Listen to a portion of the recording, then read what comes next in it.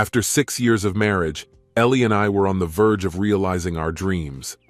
We had been saving hard since the beginning of our marriage, and now we had enough money for the down payment on the house, and soon we planned to start a family. My name is David Wallace, and I did cybersecurity consulting, which allowed me to work remotely without visiting the office. If I were asked about my marriage to Ellie, I would describe us as deeply in love and devoted to each other. We share all our secrets, intimate relationships, and lead a full-fledged, intimate life, which makes our connection inseparable. Thanks to our strong love, stable financial situation, and common desire to have children, I am sure, putting my life on the line, that our future together is bright and promising. There were times when we watched the difficulties and breakups of other couples, but we always felt that our love and marriage were stronger and more stable.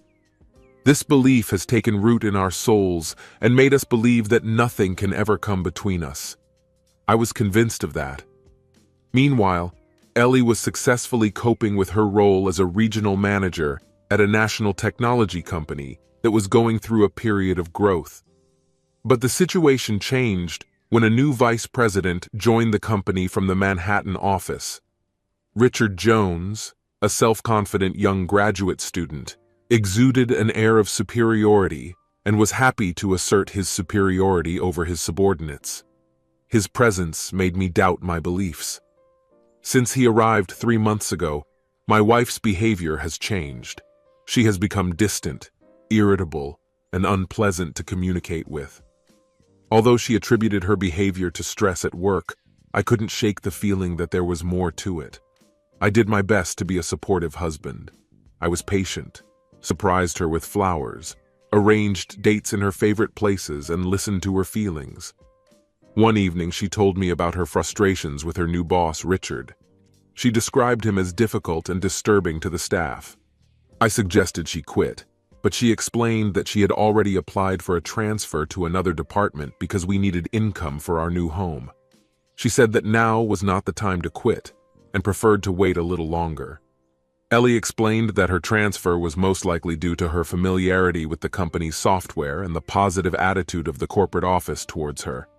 Her current position involved visiting other branches 3 times a month, and she felt that several more trips were needed before the transfer was finalized. But after 6 weeks and 3 trips, the transfer never took place, which led to increased stress at home. As a result, she began to perceive me more as a roommate than as a husband.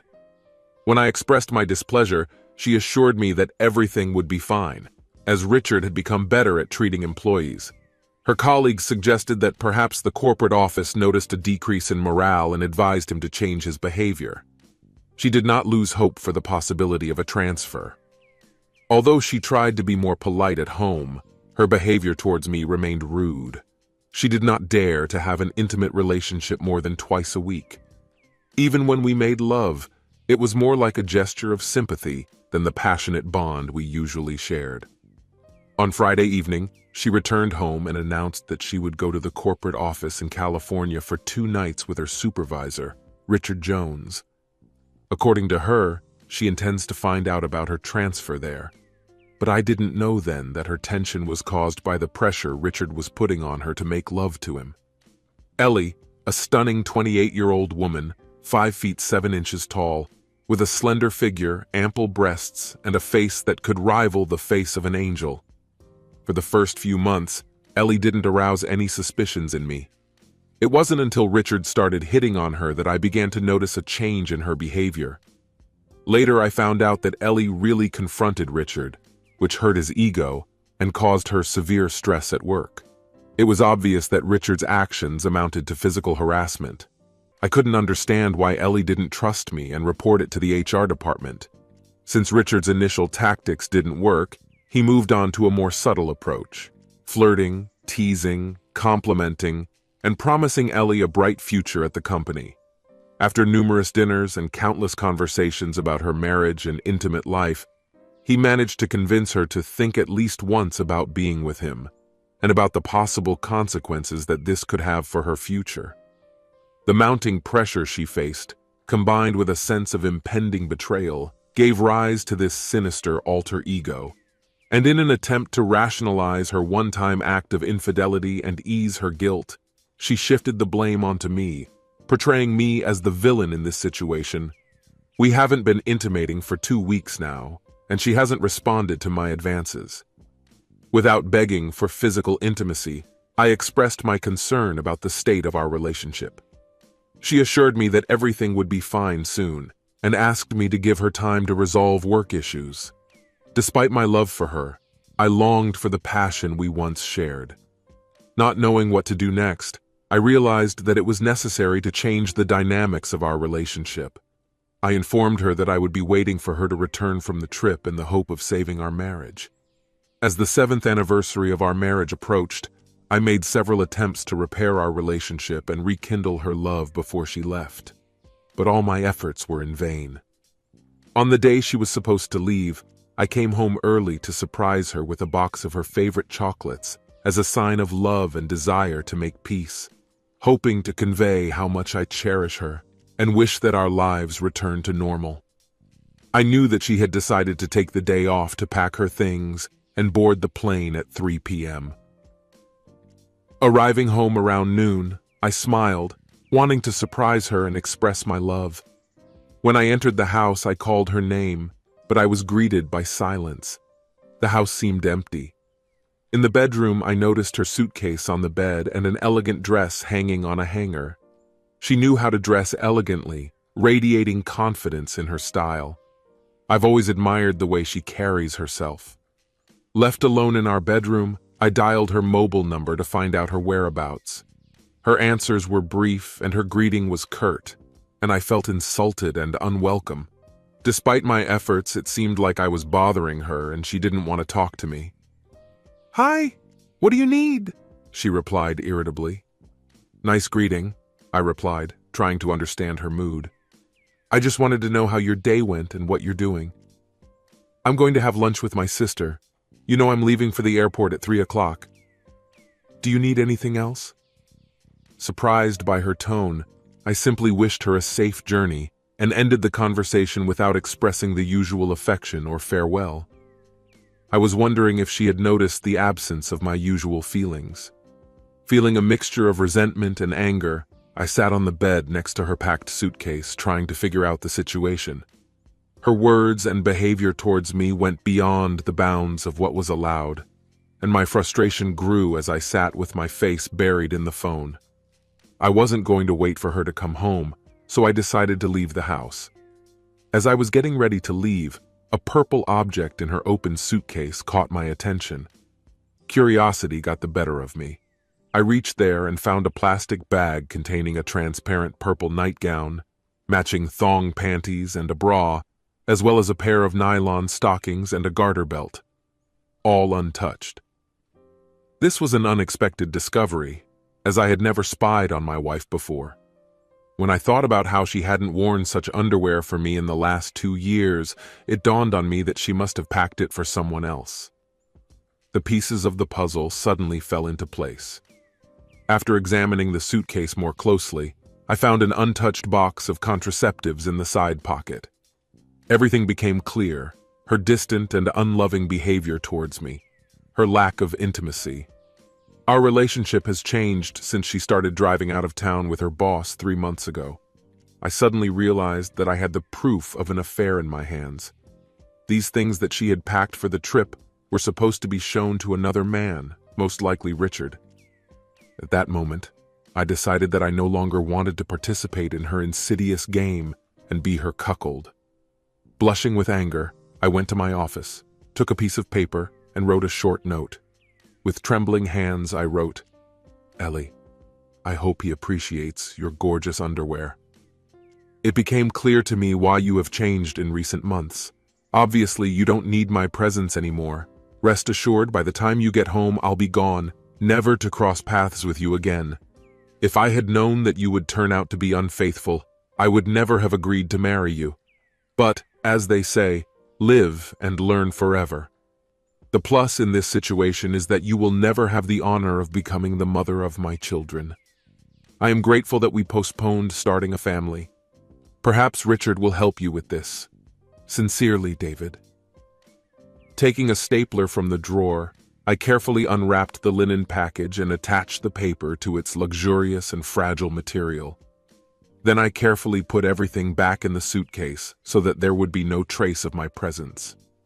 Wanting to calm my nerves and upset stomach, I went to the nearest restaurant to enjoy a private dinner. On the day she planned to betray me, Ellie sought solace in confiding in her sister Jenny over lunch. She needed to speak out, and she knew that Jenny would treat her with understanding, giving her a sense of comfort and understanding at a time when she was feeling guilty and afraid. I felt overwhelmed with stress, and I needed to get it out before I got to the point of breaking down. As soon as we placed the order, I decided to open up and tell about everything that was bothering me. It was a relief to finally bring everything to the surface. But I felt the disappointment of Jenny, who looked at me with disbelief. Why are you risking your marriage for this jerk? You've already said that he's a jerk and has been stalking you for months. Why don't you think about resigning or filing a report of harassment in an intimate setting? Jenny, I've gotten to know him better in the last month, and he's going through a hard divorce. He was in a bad mood and he took it out on us, but in the last month he has become very kind. He asked me to stay with him at least once, and I do not know why, but I agreed. We will do it once on this trip, and he promised that we will never talk about it again. And he's going to help me get a promotion at the company. So you're going to betray David? The person you've loved since college, is he really worth it for a possible promotion? Do you realize that he is in fact turning you into a slutty woman? No, it's not like that. I just feel sorry for Richard, and I know he needs it. Besides, David will never know, and everything will fall into place when I get back. I'm sorry, David is calling me. Let me answer it. Hi, what's wrong? David, I'm going to have lunch with my sister. You know I have to leave for the airport at 3 o'clock. Do you need anything else? I asked. As I put the phone back in my purse, I couldn't help but notice Jenny's expression of disgust. Turning to her, I asked angrily, "What happened?" "Ellie, did you really talk to your husband like that?" Jenny exclaimed. "That was the rudest thing I've ever seen you do. What's gotten into you?"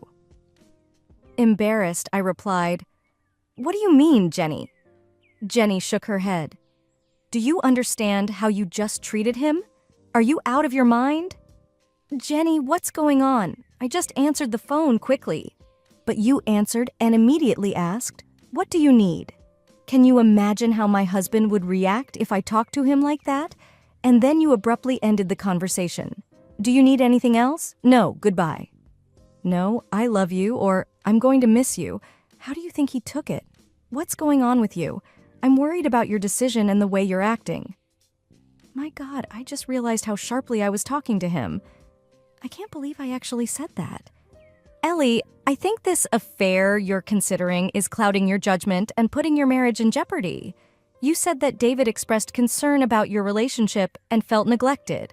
It seems like you are subconsciously sabotaging your marriage and mistreating your husband to deal with guilt. My God, you're absolutely right. I was unfair to poor David by taking out my displeasure on him. I need to fix everything and apologize to him. Do you want me to leave you alone? No, please stay. I need to make a phone call. Oh no, he's not picking up the phone. Maybe he's busy. He usually always answers my calls. I'll try again. I really hope that this time he will answer. Still not responding? Ellie, can you send him a message from me? Oh no, he's upset right now. I can't blame him. And I have to leave in less than 2 hours. You should apologize and pull yourself together. I don't think continuing your plans with Richard is a wise decision, and you should put an end to it before it does any harm. You and David had a good time together, and you plan to start a family. Think about it, Ellie. I understand you, but I'm not sure I can stop it at the moment. It's just one time, and I believe that my family and work life will get better. Richard is going through a difficult divorce and feels very depressed. He promised that it would only happen once and that it would be good for him because I look so much like his wife. You do realize that he's manipulating you, right?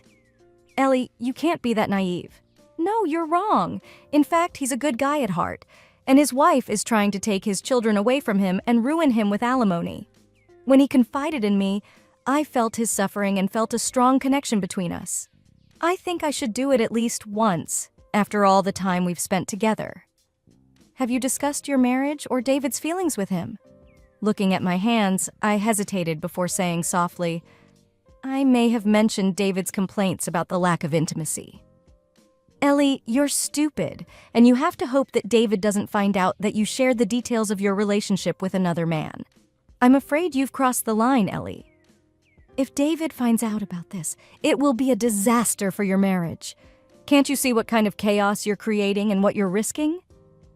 I understand your point of view and agree with you. Therefore, it will only happen once. Now I realize how badly I treated David. When I return from this trip, I will fix everything with him. He will never know, and it will never happen again. I'm going to bury this secret deep inside of me and never talk about it again. It will be a forgotten memory. Your denial is really disturbing. Are you planning to have an affair with another man, thinking that it won't have any long-term effect on you? I assure you, it will change you and your views on your husband. There will be no positive result from this. Please think again. Jenny, I appreciate your concern, but I'm an adult now and I can handle this. It's just a physical act and a one-time occurrence. David will never know. And as they say, there is a positive side to this. I hope you understand the seriousness of your actions, but I urge you to think about my words. Making this decision will be a serious mistake that cannot be corrected. You will forever remain in history as an unfaithful wife, and I hope that you will be able to bear this burden. Rest assured, I will figure out the situation. In 2 weeks, you'll see a happy David when we focus on starting a family. I am deeply saddened by this turn of events and do not see anything good in it. As your sister, I ask you to change your mind and cancel the trip. Quit your job and apologize to David for your recent actions. David is also my friend, and if he finds out that I was aware of the situation, he may break off friendly relations with me. Thank you for bringing this to my attention, Jenny. Your concern mean a lot to me. I will carefully study your advice, but I still consider it necessary to make this trip. Before I leave this afternoon, I will talk to David and express my regret for my behavior. David's emotions during lunch were unusual and disturbing. Sitting at a table in a nearby restaurant, I couldn't help but think about the last few months and how my once happy marriage had collapsed. I had to discreetly wipe away my tears to hide my vulnerability. At first, I was overcome with anger, but soon my emotions turned to sadness and bitterness when I faced the reality of my ruined relationship. The love I once cherished and the life my wife and I had built now seemed like distant echoes of the past. As I reflected on my circumstances, a wave of humiliation and betrayal swept over me, replacing the initial emotions. I couldn't understand how she could betray me and our marriage like that. What did I do to encourage her to cheat? Forgiving her was out of the question. I couldn't imagine being with a woman who wanted another man. My pride just wouldn't let me. I assumed that my friends would urge me to forgive her and move on, but I didn't want to go down that path. My anger flared up again as soon as the phone rang and Ellie's number appeared on the screen. I decided not to answer her calls anymore. The time for talking has passed, my dear. Your kind and loving husband is no more. You've set the beast free. Ellie flew off with Richard, who bought first-class tickets for their cross-country flight, trying to win her over. But when they were on the plane, Richard noticed how upset Ellie was when she realized that her husband was ignoring her calls and messages. When Richard found out that she had changed her mind about everything that was happening, he quickly took action and returned to the role of an offended husband to get her back on track. He handed her drink and coaxed her to relax, assuring her that everything would be fine. Ellie, relax. I'm sure there's a reasonable explanation for this. He may be busy at a meeting or unable to speak at the moment. He will definitely call you back. Nothing else happened. Everything is fine. As soon as we return from the meetings, I want you to take a few days off to restore your relationship with your husband. I would really like to have a loving wife like you. It's hard because my future ex-wife won't even let me talk to my daughters, and it hurts a lot. You're such a wonderful wife, and I know that everything will be fine. Ellie noticed the sadness in the man's eyes when he talked about his daughters and couldn't help but sympathize with him. While they were eating, she pushed aside her own worries and reached for his hand, trying to comfort him. At that moment, he saw an opportunity to take advantage of her kindness and planned to use her before sending her back to her husband.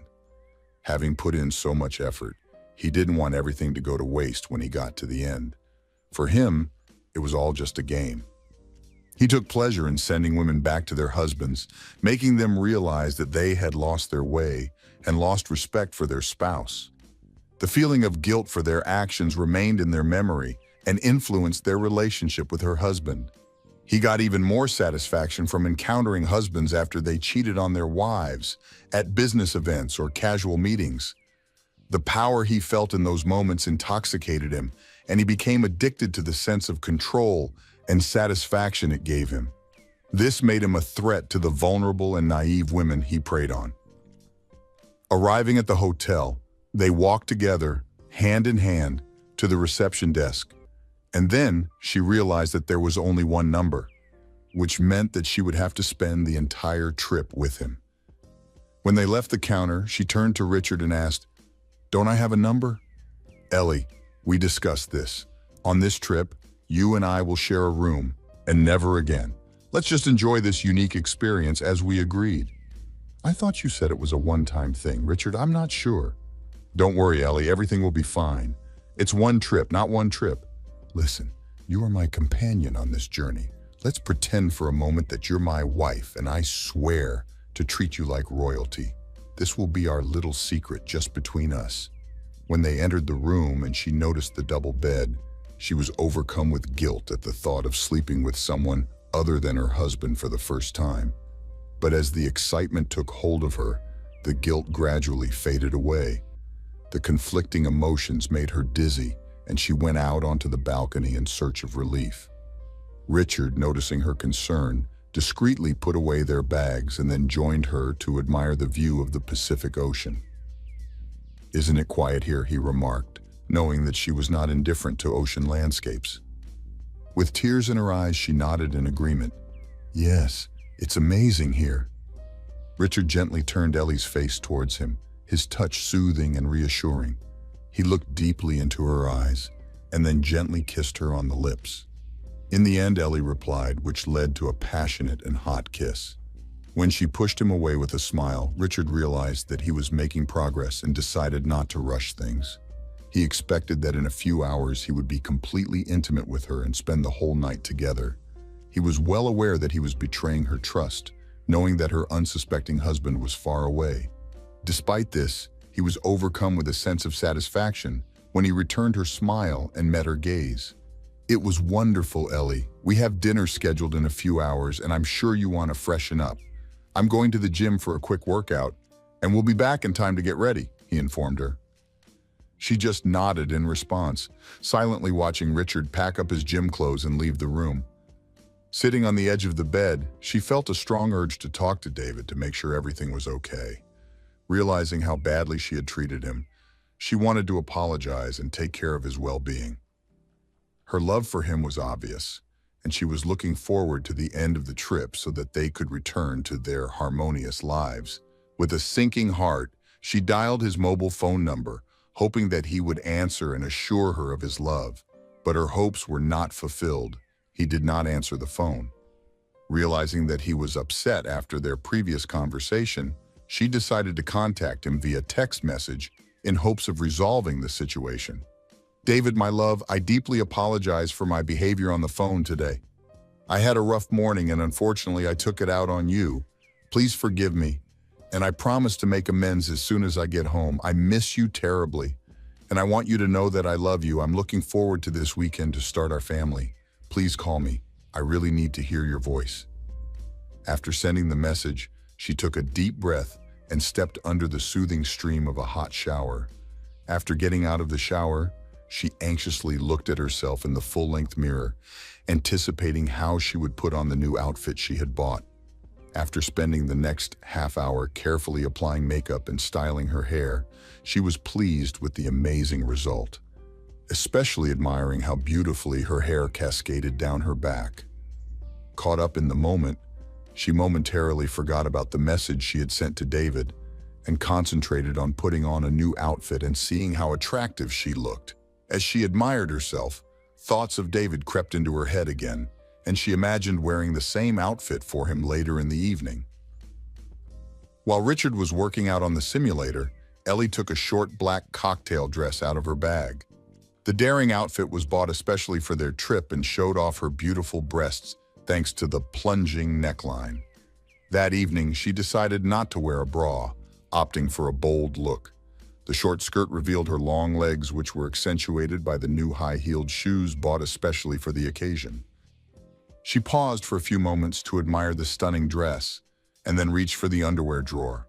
With precision, she chose the underwear she was going to wear for Richard that evening and carefully laid it out on the bed.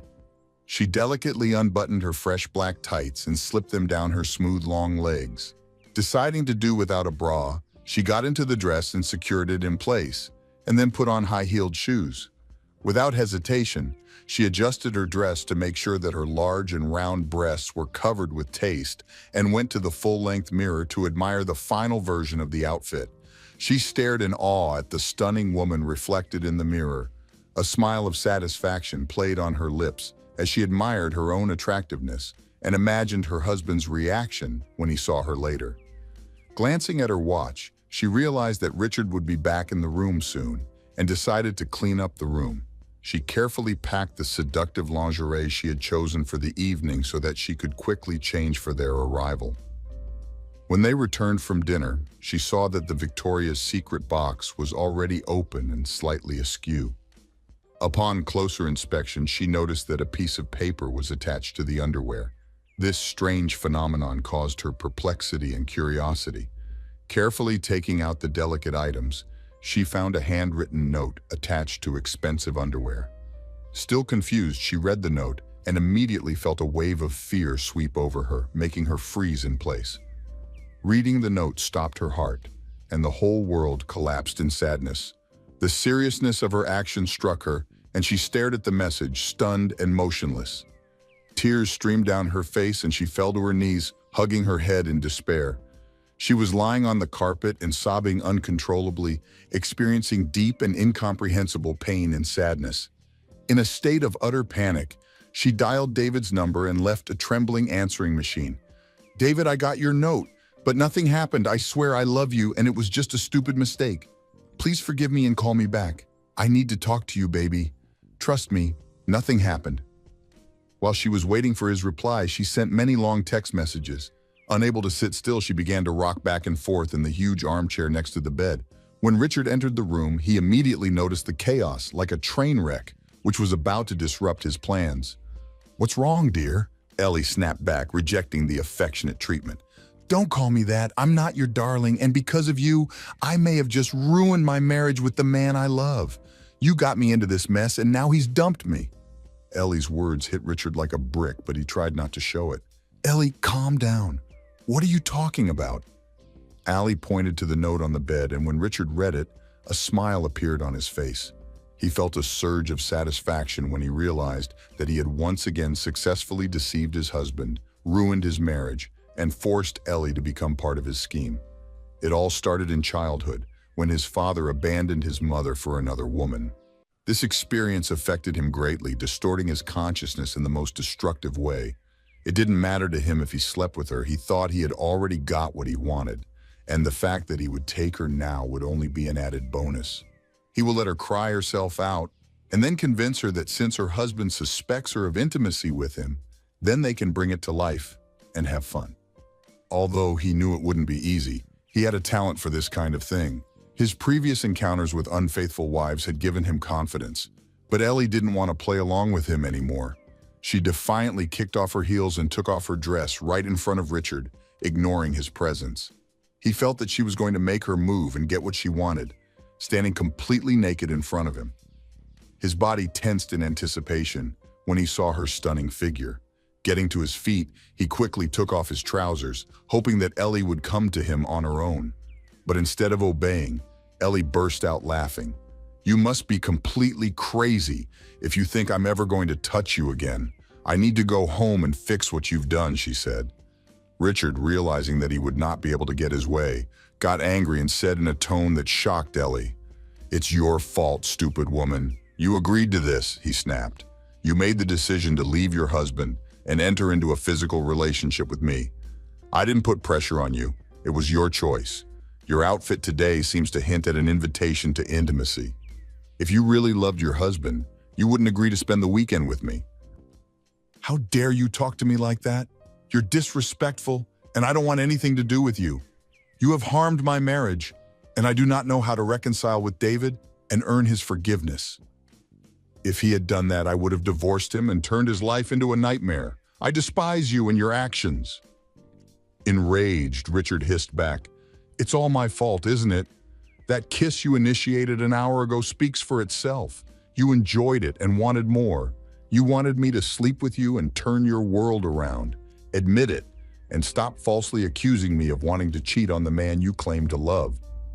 I will never believe that you really loved him and voluntarily committed adultery. You're just like everyone else who's looking for excitement on the side just to avoid getting caught. And when you get caught, you shift the blame to the one who seduced you. Well, princess, if you really loved your husband, you wouldn't let me seduce you, take you on a trip around the country and agree to a night of passion. You didn't even hesitate to share a room and a bed with me. It is obvious that your love for your husband is questionable. I can't imagine what you would do if you didn't care about him. Believe me, he would be happy to know that you are unfaithful and cannot be relied upon before starting a family." His words broke her spirit. She admitted that he was right and that she had chosen her own path.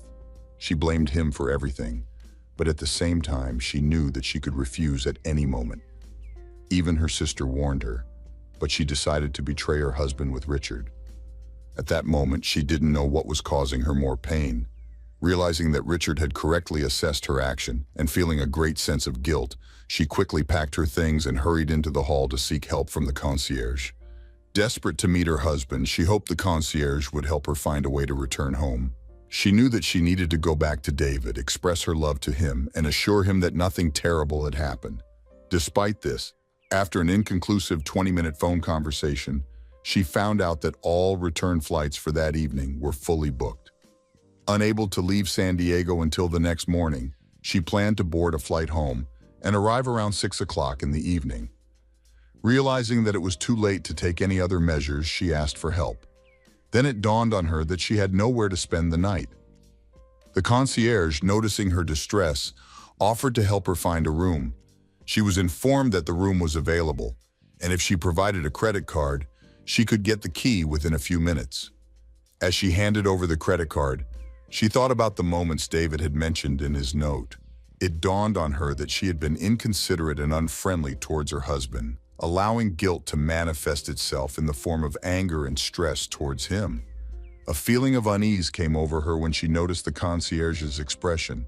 "I'm sorry, Mrs. Wallace, but your card has been canceled. Do you have another form of payment?" Shocked, she replied, "Annulled. This can't be happening. Here, please, try to use this card." Realizing that David had canceled their joint cards after the other two failed, she felt a growing panic as she tried to think of the next step. Going back to Richard's room was out of the question, so she resigned herself to staying up all night and waiting for morning. Finding no other way out, she reluctantly overcame her pride and called her sister. "Hello? Hi, Jenny. I'm sorry to bother you." "Is everything okay, sis? What happened?" Ellie's voice cracked as she poured out her heart to Jenny, confessing, "I should have listened to you, but I didn't. David found out about my plans and left a note in his bag in which he wrote that he had abandoned me. Now, I am in a difficult situation and I'm trying to return home. I'm not going to say, 'I told you so,' that would be rude. I do not know what to do next. David is not answering my calls and texts, and it looks like he canceled our credit cards. As a result, I can't rent a hotel room. Could you provide your credit card information to cover the cost of the room, and I will refund the money upon return? Ellie, you're supposed to be the smartest person in the family, but lately, you haven't been making the best decisions. I'll help you this time." An hour later, Ellie called her sister back. "Jenny, thank you for helping your stupid sister. I managed to find a room for the night, and I will fly home on the morning flight. Do you think he'll forgive me?" Jenny replied, "I'm not sure, sis. Have you heard anything about him?" Ellie sighed. No, but I left him a few messages and assured him that nothing had happened.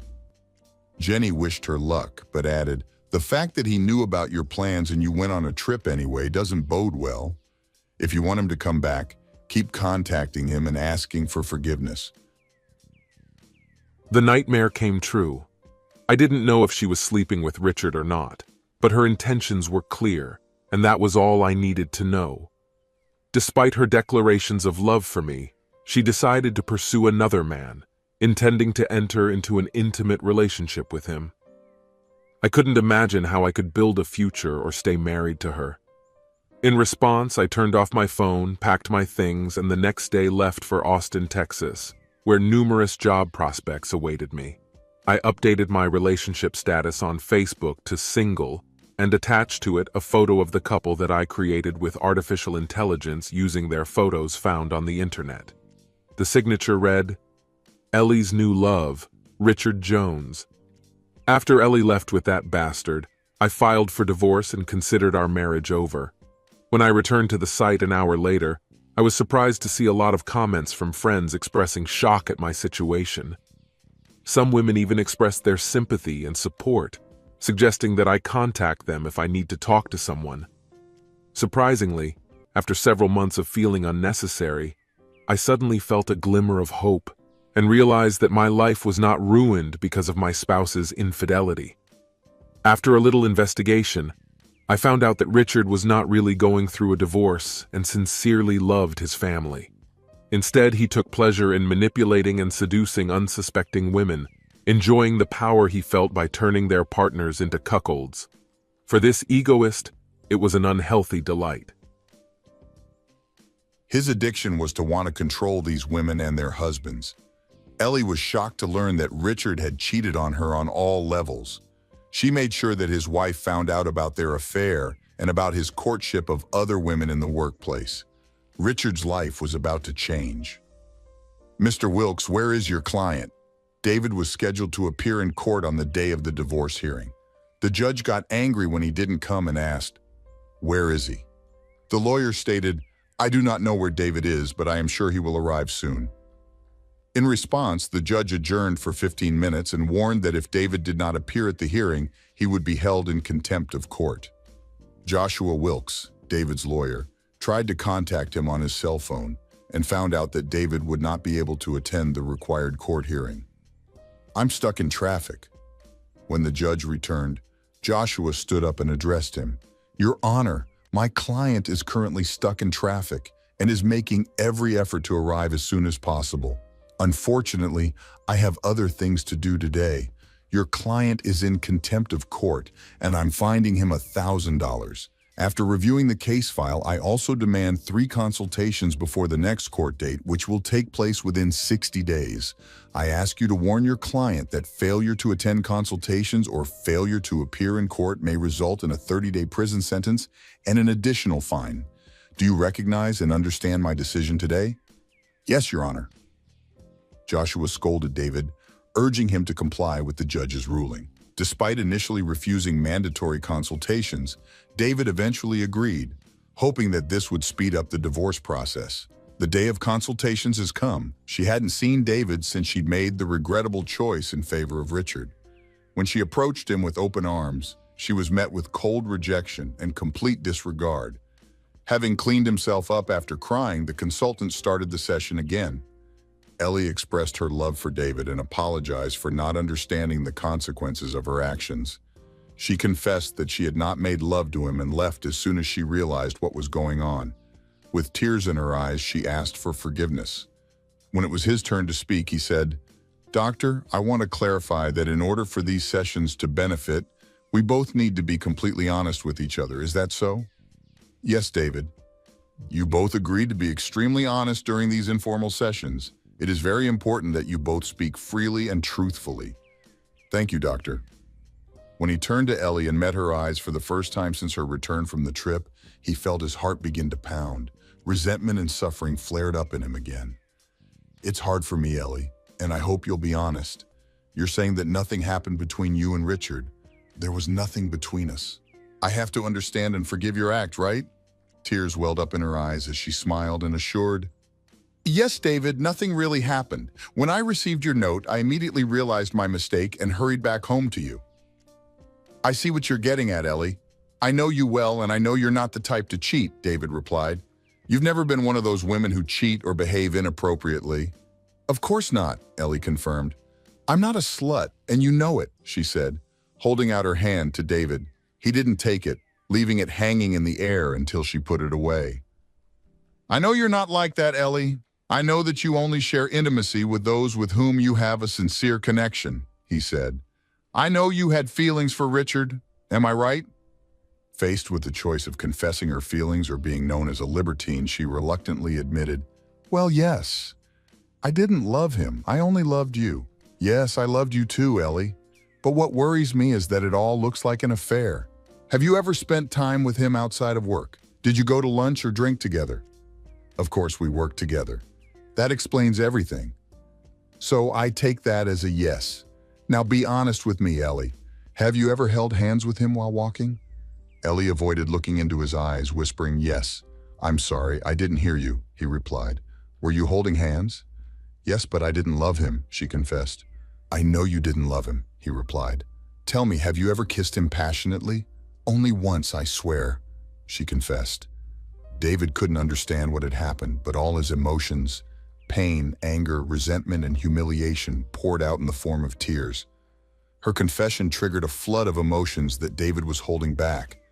Tears streamed down his face. This was something Ellie hadn't expected to see from a normally stoic man.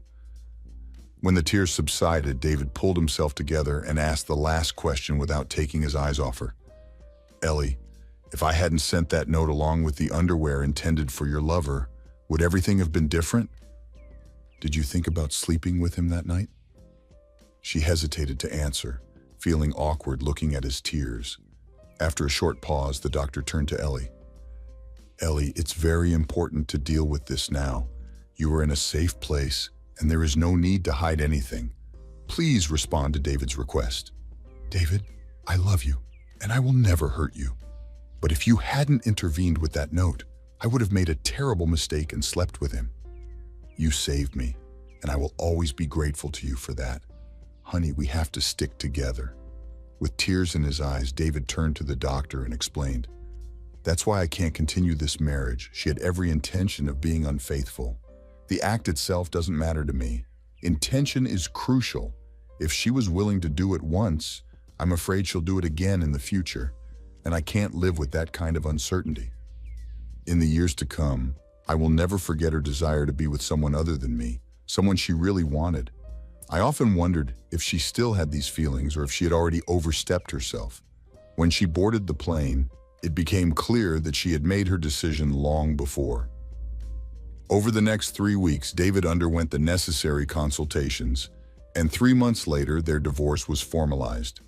Despite constant calls and requests to cancel the divorce and give her another opportunity, her father, sister, and their mutual friends remained of their opinion. They all adamantly told him that he was making a stupid decision, especially since she had not entered into a physical relationship with Richard. David tried to express his emotions, but they all believed that he should forget about her mistake and work to restore their marriage. In their opinion, she still loves him, and he just showed immaturity by not accepting her back. They urged him to act like a responsible adult and bring her back into his life.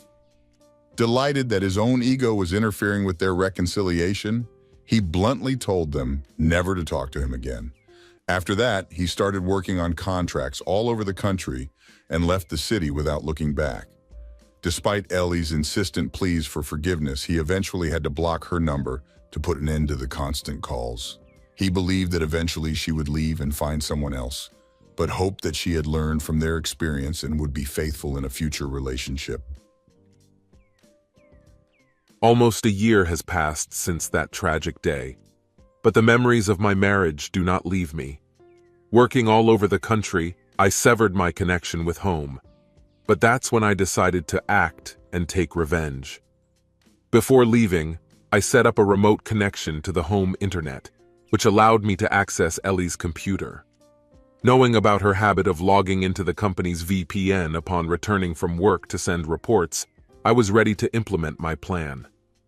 After finishing her work, she nonchalantly closed the laptop, thinking that the system was turned off. Taking advantage of the opportunity provided by the lax security measures on her device, I gained remote access to her laptop before leaving town. Although she was connected to the company's internal network via a VPN, she did not provide proper security protocols. It's always nice when support staff prefer the convenience of security. Although I shouldn't complain about the easy money I earn this way, I realized that I was distracted. After opening her email, I sent Richard a message containing a rootkit hidden in a link that I knew he couldn't help but open. The letter was from Ellie. She asked him to follow the link and leave a review about her appearance. Once trapped, Richard clicked on the link, unknowingly activating malware that quickly spread to all the servers he had access to. Meanwhile, he only received an error message awaiting my further instructions. After repeated attempts to follow the link, he finally realized that it was not working and decided to ask Ellie about it the next day. As expected, he clicked on the link, giving me access to the company's most confidential information. I quickly eliminated all traces of Ellie's involvement in this email and deleted the remote access logs on her laptop. After the investigation, no letter, link, or evidence of hacking was found. It was hoped that the OT team would ignore this incident and focus on more important matters. After a week of waiting, I finally started acting. Using a VPN and several remote servers in 8 countries, I successfully penetrated the main server of Richard's company. I installed various programs that helped me cope with the task, and within a few hours, I had access to important files. I downloaded important documents such as the company's financial statements, employee salary information, engineering data, and patent applications. These patents could bring the company millions of dollars in revenue. I decided to prank Richard by registering him on several adult websites, some of which were on the deep and dark web, using his work computer. Having access to his personal information through a computer, I was able to register him using his credit card and bank details without his knowledge.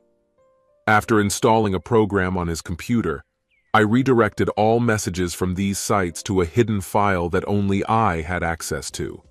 It was surprisingly easy for me to manipulate his online presence and use his company's resources without revealing myself. I have saved numerous images and compromising videos, corporate schematics, and confidential engineering documents in a secret file. This was the beginning of my plan to sabotage Richard by sending confidential information to his competitors using the company's mailbox. I asked about the payments that should be transferred to his account. After that, I deleted the sent emails in the usual way. Richard was hired more because of his knowledge of finance than because of his technical abilities. As a beginner, he mistakenly believed that deleting emails and files would erase all evidence. But any thorough investigation would have easily revealed the truth.